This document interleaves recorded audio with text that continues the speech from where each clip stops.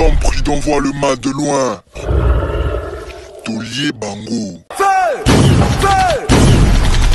Voilà, fidèle internaute, toujours dans le cadre de descente dans le district de Tchangu, précisément dans Njili. Nous sommes toujours pour ma solo ya bana Njili. Il y a vieux fondro. Nous sommes dans le quartier 5, nous sommes dans le quartier D. Toujours quand nous sommes venus, on a bien été. Il y a bien été, on a osenga. Moutouako bongisa, place yo vandi, eza l'état. Cause la président Félix T, cause la Fayulu T, cause la ex-président Joseph Kabila T, cause la Jean-Pierre Bemba T. Yomoko, liboso nda kono ndenge zabwe, éviter ba poubelle ko ya ko boire awa. Netisko so zui salité na oye obwa ki place yo. Et polate, mbula tango zo beta, moye ba plastique oyoyo e melama ezate, vandara likolo nango. Ba sachet nyoso bomo na wana. Yo bomo na ba maezo vanda boye. Ozui ba matiti na yo ba salité ba bosote oye obwa ki place yo. Alors au mona ke tant mbule zo beta, place yo zo bwa kawana e okauka te. Résultat nango ezani ni ngungi nde bozo mona boye. Ngungi alors memela ba malaria ba maladie belé bomo bato bazo bela leo na kine koma so bengi mutu akine. Bato ba na poto so bengi biso santé mobulu malaria typhoïde cause nango yango. Merci bozo mona ngo na caméra ya Regen R6 Mpavala. Merci na bato nyonso oyo bo soutenaka biso. Merci na bato nyonso boza na association oyo ya Aden ya vie fondro. Surtout banjilwa tout bosala quelque chose pour na commune na bino. Boze la gouvernement parce que bo voter ba député bolanda kaka 5000 francs na polo na sakombia loso. Mais tel un résultat. Député au vendre place sur mais bino ne bozo vanda. Alors avec R6 Mpavala to kutanissima. Tech. L'homme prudent voit le mal de loin. Voilà, toujours quand on est dans quartier D, dans le quartier D, bomonia to na quartier D, to na quartier 5, to ye toujours ma solo na vie fondro ma solo toujours. V. Toza na toujours toza na quartier 5, to kutanisu na quartier D. Toujours pour ma solo ya Njili ya Aden. Alors toi na quartier D, okolo bani avant to banda net. Donc les toza na Makonga. Na Njili na quartier D, eza babala onga na botami o biso to koli. Ah, botami awa. Na botami na babala na numéro 9. OK. Donc to ye ko visiter balabala. Vraiment ba situation ndenge to na quartier 5. Ba même situation au tomoni na ba quartier 5, ba même situation au to kudi awa. OK. Donc eza ko senga biso bana ya balabala o ya Makonga. To fungola mayele pour na to luka solution ya insalubrité ni chose à voilà parce que batu bango ba éviter salité bazo mena balabala. OK. Parce que balabala les a salité té. OK. Balabala ya salité té mais biso batu nde o dozo na balabala tozo komisa ba salité. Voilà. Donc mututu ayeba ke ko boaka boye eza bien té. Parce que ko boaki boye o rendre ka balabala ya salité, o rendre pour donc population à balabala les comme en difficulté et puis ils ont bien été que ba jeune bazali baza propre basi bali baza propre ba no vivre dans situation bazo mona ngo bazo ko solution te. Voilà. Yangwana to eto solo la pour tout la soki solution nini to ko zo pona ba maintenant bozo kola ba chef de localité bazaki ba chef de la rue bazalaki ba chef du quartier mais ko tala boy est-ce que pena ba chef ya banzela bazali tangu tokola ki makambo ezaki te mai ezako suka kuna na se situation ekomi boye parce que ndenge komeli bato mosu babimi ça c'est clair bato babimi bon choix ezate mais siko lokwa bato babimi faut baluka solution ezonga normal donc souci na biso ezali bamai oyo etondaka awa bato oyo toza na balabala oyo na oyo na poto toluka solution mpona makambo oyo ezate parce que oyo nyonso eza malade moni bana mike wana aza na lipapa wana soki alobi akataka na mai wana omoni linzaka na ye kaka espace oyo ekoti bakoloba mbasume ebanda salite ebandaka na le microbe wana ebandaka moke le ekotake ye après tokanga bandoki.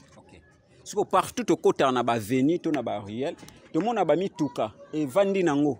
So et ça là pourquoi pas bamituka boye bakenda obwaka ngo na ba place ba érosion ezali mais vanda kaka na banzela parce que tant que bino bancien ya ba venu ya ba quartier bolobani pona mais les musu muta azana ngalingi ba ba kaza voiture metambola wana ngote parce que ba voiture le ko parquer na ba babala we comme un peu dangereux les musu ba kuluna ba sina mibali ba eza makambele normalement ba situation o ezala te o ezala te normalement na bato ndingi na normal ekozala te mais yo moko tala omoni ba milangi ba boki wana na poto ba récupérer yango ba recycler yango basali soit mapapa soit ba chemise kana milangi o même ba oteka yango pe bazo soit mais ba yango ebele oketeka yango biso de utilité nango te omoni bazo boka yango wana alors le bazo boka biloko beneza dangereux pendant kanga mai ezande yango donc bato baza awa ba jeune baza awa baza na conscience to luka solution ndenge toko silisa problème oyo parce que toko tia minda dans quelques jours so to tia minda mais na salité abo ozo betara setene lo moke ba jeune baza na conscience oui obongisa to bongisi et après tant obongisi siko bango conscience ezozonga te ba bebisi susu alors qu'est-ce qu'il faut pour que ba jeune ba nyonso en général baza na conscience pas baza na conscience mutu nyonso na mutu na ye faut atia na bolingo epai ya botami epai ya uti parce que soki obosani epai yo uti oza mutu te mutu nyonso ata komi mutu munene akantisaka epai uti pa uti alors biso omoso toye awa biso na babalo towana intérêt mais touta awa tozaka so ate mais touta awa alors le nazo mbali bosonga na kota babalo ya na kota babalo no na kota ki pendant 40 ans na kendi poto mbali bosonga kota weza ki so aventure na kota babalo te vi ba situation oyo mais na rotika boyete balabala onga na boti baboti ngai na kota ba situation boy na yebisaki bana balabala oyo nyonso bafanda botamawa bazo couvrir une situation oyo donc surtout si faut pas un rapport que tozaki na balabala totali yango siko tokosala nini na biso na o bazali awa mais pour ezali o baza awa nde faut baza na conscience ba tia un peu mael na mutu parce que soki bato balobi bacotiser parce que ndenge tolobi ke makambo kotimola peut-être oluka problème kotimuna nini kotimona mabulu pour l'instant a solution eza te solution ezali kaka bato babwaka su na balabala te siko babwaka ngo wapi biloko bazobwaka basali tozomona bakende bwaka ngo wapi bapusu eleka bana bato bapusu te mpona kofuta 1000 francs ipare na awa ezaka problème ndenge nayokaki ke akopréféra bwaka na ye ke afuta 1000 francs c'est ça abokola ni maladi oyo akefuta bambongo kofuta bambongo ebele akomi olelalela or que avec 1000 francs so basangisi le bapusu koya ekozwa nyonso ekobwaka ozomona ou bien soki balingi te basali lekwa contre mona bato bapusu wana 1000 francs te babike na date boye so ekoki bakomi baabonné voilà eza abonnement basola bato bapusu abonnement après so ekomi fin du mois bafuti moto apusu banakoya tous les jours banakoya mais ata yo moko na normal batala neti mwana ozomona soki aniatika wana c'est fini soki ekoti kaka ekoti na poso après bakoloba mbasu eza mbasu te eza microbe donc bana oyo bazovivre na danger et puis microbe wana na ndenge babote omona soki malade ekoti boye ezoriske akufa avant or que ndenge basali nzambe asali ye fo akóma na age ya bamikolo mais salite oyo soki ezwi mwana alebandi koluka bamaladi banini ok tozomokóma na biso na suka parce que totamboli quartier 5 toye mpe quartier d tozomona azozwa yango zwaka yango tozomona ka situation moko eza kose répéter mbala na mbala sikoyo mpo ke tosilisa message clé nini okopesa na bakonzi to bandeko na yo badiaspora oyo bakosala mpo ke mbala nsima soki toye tomona mpena ezala boye te motuka ezoleka komi oyo ekutanango makambo ya bakonzi te oyo eza makambo ya bato bafandaka awa na biso bato touti awa toza na libanda donc faut toluka solution ensemble tozwa bamesure makambo oyo ezala te mais sikoyo difficulté eza nini oyo baza awa ndenge tozoyokela so balobi ndenge pesa 1000 francs mpa babwaka alingi te epuis na butu so ba 1 heure ba 2 heures abwaki na c'est ça le danger voilà ok Alors to comme na biso na suka et olobaki lo mo zo kutana déjà na bourgmestre est-ce que zo marché ndé bourgmestre ya siko c'est bon on ba image c'est bon to solagine déjà mais faut toujours rendez-vous mususu pour total wana ndenge ya cadre Aden donc toujours progresser le malembe toujours dans les bons. Voilà, rapidement ba mbote na bandeko oya yo tiki na pote pe ba o baza na pongwa.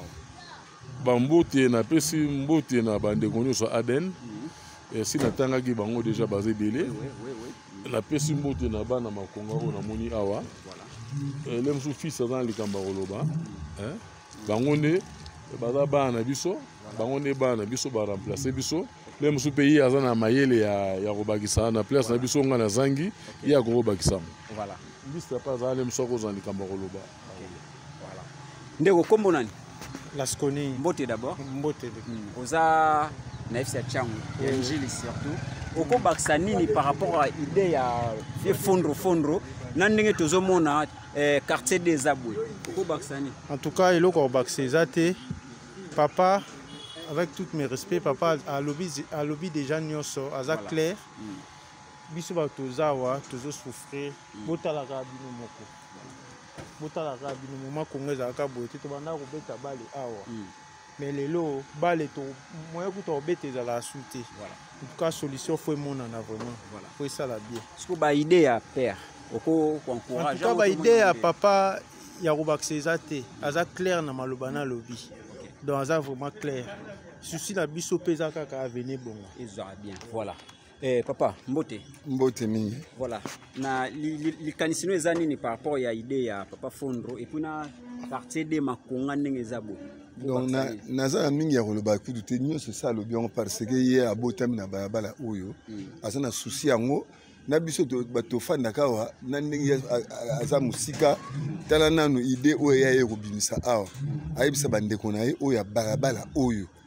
Donc to jwa solution pour na baba na biso pe batu oyo toza na balabala awa to jwa idée to aider pe bango to aider bango donc na sana mingi penza ya koloba mingi te le msuso mwana nga ya mwasa ko ikoloba zalawa voilà mwana nga ya mwasa ko ikoloba parce que oyo ya lobi na moni souci ya ndeko na ngai à part ya awa à part wa sana ngona njili mobimba vraiment nzambe apambola yake ne kene musika na makambo ba bazuzwa na ba prière nyonso na ba prière nyonso soko ye na ba derio na yo okuta na kake mais soko ye na ange na yo okoleka okuta na lumière donc Fondro ba pambola ye na nzambe ba pambola eta partout azoleka esengwezali donc nzambe kene na musika. OK. Merci beaucoup. Ndio nanga mwasi kombo nani? Kombo nanga Anisha. Voilà, oza na FC Tchangu. C'est tout mon Njili quoi. Oko baksa nini na otozo mona et puis likanisi ya papa na biso Fondro pour na développement ya Njili. Ngape ana sepeli komona papa ndenge aye kota baba na biso ndenge za na sepeli penza. Nzamba sunga papa babongisela biso avenir baby makasi. OK. Avenir baby ba mapota ka ndeto komba mapa. Ba bino mo bo baby sango bo boaka ba matiti ba salite na butu. Yango yokomaka boye. So loba nini to oko sala nini pour ke boeza alisute. Bon, pona ngai ngape ana koloba omoni lokwa mai eza en place o yango elekate ndenge mai ezovandela biso boye biso mo pe bakoma panto o profiter to na moni mbule beti ana bimisa na bwaka tandis que saltana na oboka miso eza en place o lekate ezoboma venir susko makasi yango penda komona papa na sepeli makasi na idée o papa ye na opona obongisela biso baba esalinga penda bien makasi esalinga bien nzamba sunga papa kombo nani kombo bana nyonso makonga ba papa na nga oboza libanda nyonso na sepeli komona pa Fondo ndenge ye bosunga ye pena makasi abongisela biso avenir po mapangu penza ebebi balabala ebebi ta toza so na place bana bakosaka ba malaria ba typhoïde surtout soki mbule beti ba mayo nde toni atango ba microbe tina banda kozokotela biso po eza en place yango elekate. OK. Na sepeli pena komona papa nzamba sunga ye makanso aye na mpona baba na biso ekokisama. Voilà, merci beaucoup. Kombo na eza nani? Kombo na Anisha Nzeza. Anisha Nzeza, merci beaucoup. Merci. Alors, merci na bino so bolanda biso awa na tolo bela vie. Abonnez-vous massivement numéro ezana so ngoza na contact na vie fondro benga biso to peso numéro na ye direct au solana ye. So vous avez besoin de contribuer na likanisi na ye, contacter au solana ye bosala ngo parce que toza na posa Kinshasa na biso ezala kin label. Alors ba district nyonso bolanda likanisi ya vie fondro to mona rango ba commune nyonso ezala propre. Tant yazo sala bongo oba na mbinza obweba ba district tout lukunga tout ezala propre et au sala bien. Tant o kiti pena na commune na to na veni na o mona pena ke différence ezate na place au vendre na poto. Merci. Tac. L'homme pris d'envoie le mal de loin. Tolier Bango. Feu!